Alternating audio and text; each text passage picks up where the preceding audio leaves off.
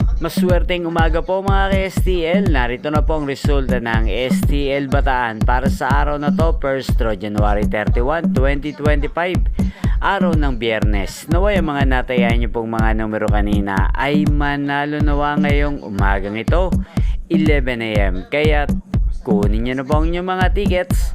Narito na po ang resulta.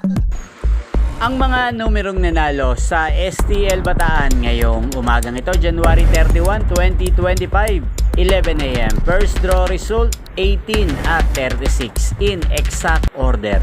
Sa lahat po ng tumaya kanina sa STL Bataan para sa first draw ng 18 at 36, congrats po sa inyo. Panalo po kayo again, 18 at 36.